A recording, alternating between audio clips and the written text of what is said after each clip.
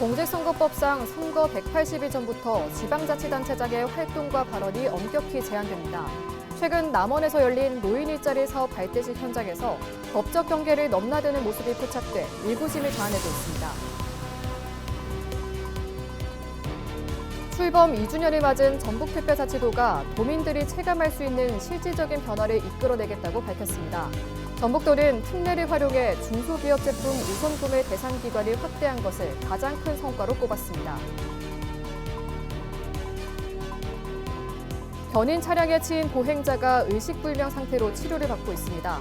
경찰은 A씨가 신호를 위반해 견인 차량을 운전하다 사고를 낸 것으로 추정하고 정확한 경위를 조사하고 있습니다. 보거를 나눠 먹은 군산시의 한 섬 주민들이 병원으로 이송됐습니다. 소방당국은 보거 도구로 인한 사고로 추정하고 경찰과 함께 경위를 조사 중입니다.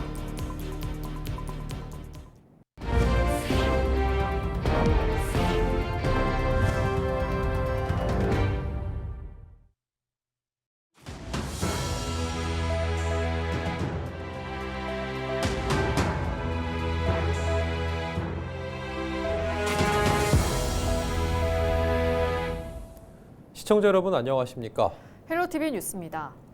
6.3 전국 동시지방선거가 이제 5달도 채 남지 않았습니다. 공직선거법에 따르면 선거 180일 전부터는 지방자치단체장의 활동과 발언도 엄격히 제한되는데요. 이런 가운데 최근 남원에서 열린 노인 일자리 사업 발대식 현장에서 관련 규정을 두고 논란이 될 수 있는 장면이 포착됐습니다. 정명기 기자의 단독 보도입니다. 춘향문화예술회관에서 열린 노인 일자리 사업 발대식.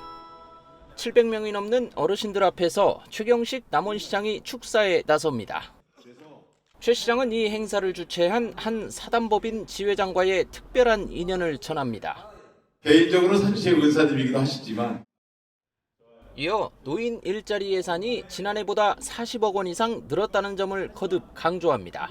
저희가 부처에 가서 예산 신청, 예산 요청을 했었을 때 남원에서 그 노력한 그 결과 그리고 안전사고 하나 없이 어르신들께서 따박따박 열심히 일을 해주신 결과에 따라서 작년에 비해서 한 40억 정도가 예산이 증가가 된 거예요. 이해가셨죠? 네. 그래서 공직자들이 참 박수 받을 만합니다. 열심히 했습니다. 이날 참석한 어르신들은 이미 일자리에 선정된 분들이었고 선정되지 못한 어르신들을 위한 대안까지 직접 제시합니다. 남원시 지회에 1028개가 간 거예요. 그래서 지금 여기에 앉아 계신 분들은 일을 하기 위한 안전교육하는 시간입니다. 하지만 주변에 보시면 주관하는 그 일자리가 합격이 안 되신 분들 계시죠? 그죠? 그분들은 시니어 클럽에 신청하시면 됩니다. 시니어 클럽에 신청인데도 안 되면은 남원시 복지관에도 신청하시면 돼요. 뒤이어 축사에 나선 김영태 남원시의회 의장. 최 시장이 공직자들에게 예산 확보를 강하게 요구해온 점을 부각합니다. 시장님께서는 또 우리 어르신들 안전을 위해서 대충 무시하고 있고 우리 공직자들한테는 굉장히 의무죠. 일 열심히 해서 중앙정부에서 또 이런 공모사업 이런 것을 따오시라고 항상 강조를 하시고 알고 있습니다. 행사 당일은 지방선거 140여일 전 단체장의 업적 홍보를 제한하는 선거법 취지에 비춰볼 때 논란은 피하기 어려워 보입니다. 보조금으로 노인 일자리를 만든 사단법인 관계자 역시 최 시장의 배려 덕분이라고 말합니다. 안전사고 한 건도 없이 이렇게 작년을 마무리하고 올해 최경식 시장님의 배려로 1028명 어르신들이 참여하게 되었습니다.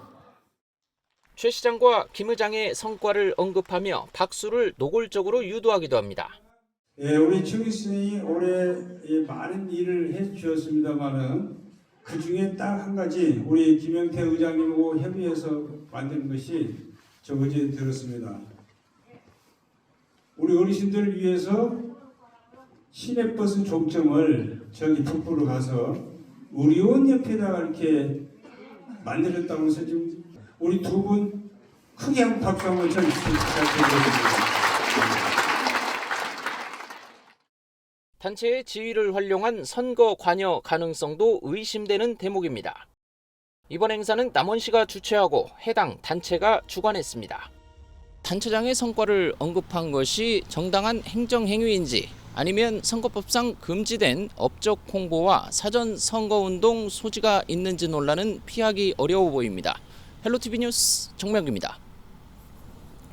출범 2주년을 맞은 전북특별자치도가 각종 특례를 현장에 안착시켜 도민들이 체감할 수 있는 실질적인 변화를 이끌어내겠다고 밝혔습니다.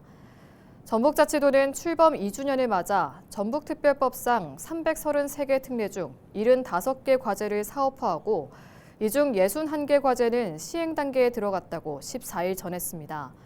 전북도는 지역 중소기업 지원 특례를 활용해 도지사가 관리하는 중소기업 제품 우선 구매 대상 기관을 기존 31개에서 68개로 대폭 확대한 것을 가장 큰 성과로 꼽았습니다.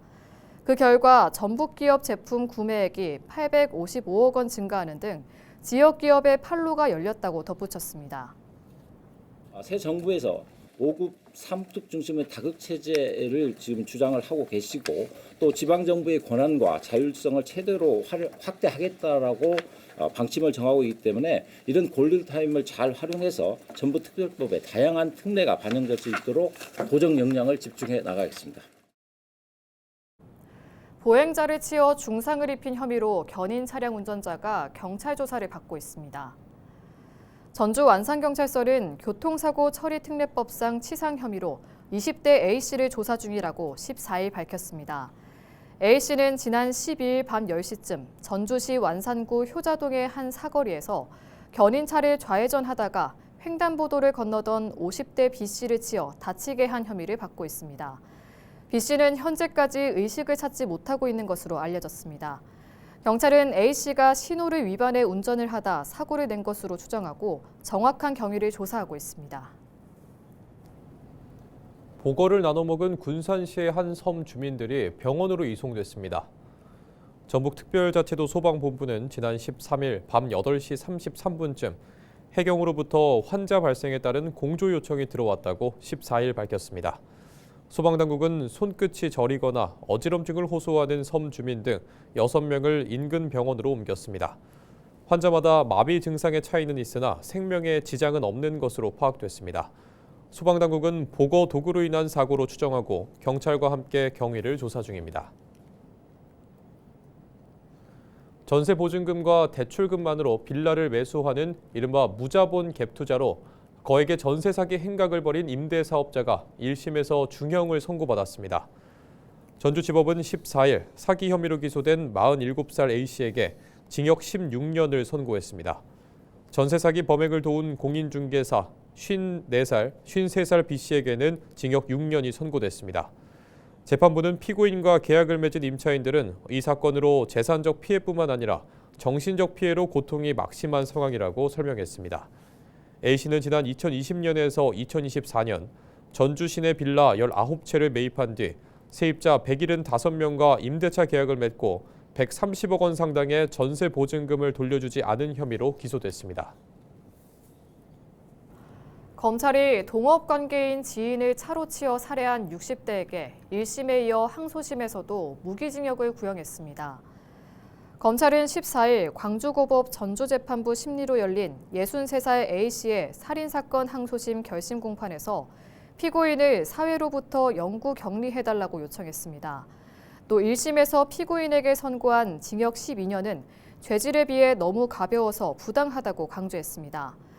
A씨는 지난해 6월 9일 오전 11시쯤 군산시 옥서면의 한 도로에서 승합차로 지인 B씨를 들이받아 숨지게 한 혐의로 기소됐습니다.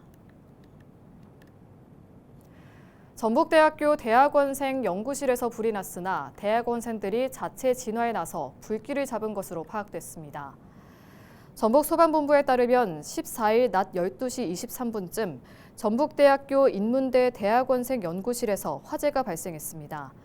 연기를 확인한 대학원생들은 소화기를 이용해 자체 진화에 나서 곧바로 불길을 잡았습니다.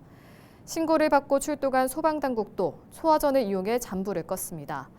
소방당국은 인명피해는 없었고 노트북에서 불이 시작된 것으로 보고 화재 원인과 피해 규모 등을 조사 중입니다. 전국 공무원 노동조합 전북소방지부는 공적 자산을 사적으로 이용하고 자의적으로 인사를 했다는 의혹에 대해 감찰을 촉구했습니다. 전북소방지부는 14일 전북도청 앞에서 기자회견을 열고 지난해 5월 단합 행사를 위해 대관한 영화관에서 전북도 소방본부장 1주년 취임 기념 행사를 했다고 밝혔습니다. 공적 예산으로 대여한 영화관을 상급자를 위해 사적 용도로 사용한 간부들에 대해 실태 조사해야 한다고 주장했습니다. 또 근무 기피 지역이나 조직 개편을 핑계 삼아 자의적이고 편파적으로 인사를 했다며 전면 조사하라고 덧붙였습니다. 전북도 소방본부는 특정인을 위한 인사를 한 사실은 없다고 반박했습니다. 남원시의회 제276회 임시회가 14일 개원해 오늘 22일까지 9일 동안 이어집니다. 이번 회기에서는 남원시로부터 내년도 주요 업무 계획을 듣고 민생안정지원금 지급을 위한 추가 경정 예산안과 관련 조례안을 포함해 12건의 안건을 처리할 예정입니다. 현장 발언 직접 들어보시죠. 장기화된 경기 침체와 고물가로 인한 소상공인과 취약계층을 비롯한 시민 여러분의 삶을 여전히 녹록지 않는 상황입니다. 이러한 현실을 고려하여 이번 임시회에서는 민생안전지원금을 지급할 위한 추가 경정 예산안 심사가 이루어질 예정입니다. 본회의 직후에는 의원 전원이 청렴 서약과 퍼포먼스를 통해 공정하고 투명한 의정 활동을 다짐했습니다.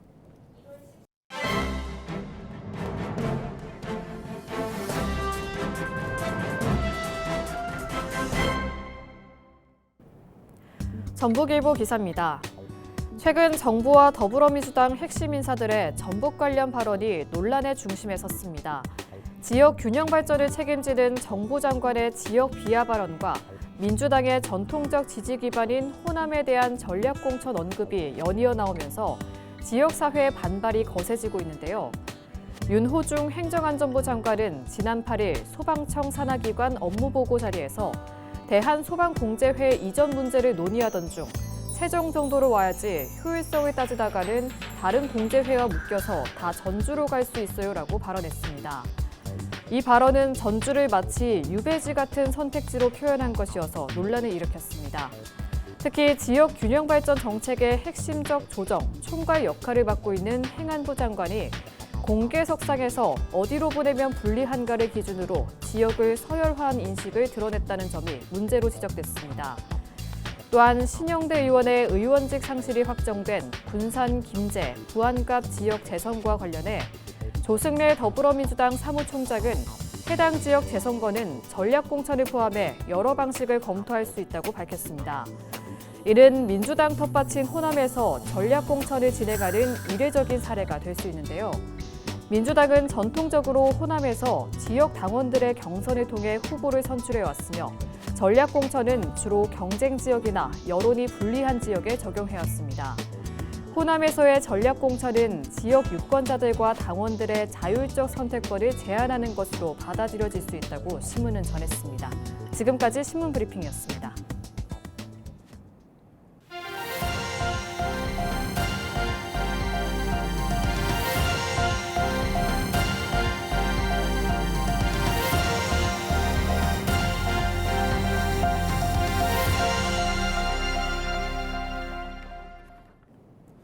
김제시가 금구면 주민들의 오랜 수건이었던 도시가스 공급 확대 사업을 진행하기로 했습니다. 김제시는 시청 소회의실에서 전북 도시가스와 함께 금구면 일대 도시가스 공급 배관 설치 사업 업무 협약을 체결했습니다. 금구면 지역에는 올해부터 오는 2028년까지 75억 원이 투입되며 12.4km의 도시가스 공급 배관이 구축됩니다. 이번 협약을 통해 금구면에 도시가스를 공급함으로써 주민들의 오랜 수건을 해소하고 앞으로도 정조 여건 개선에 도움이 되도록 사업 추진에 만전을 기하겠습니다. 이상으로 뉴스를 마칩니다.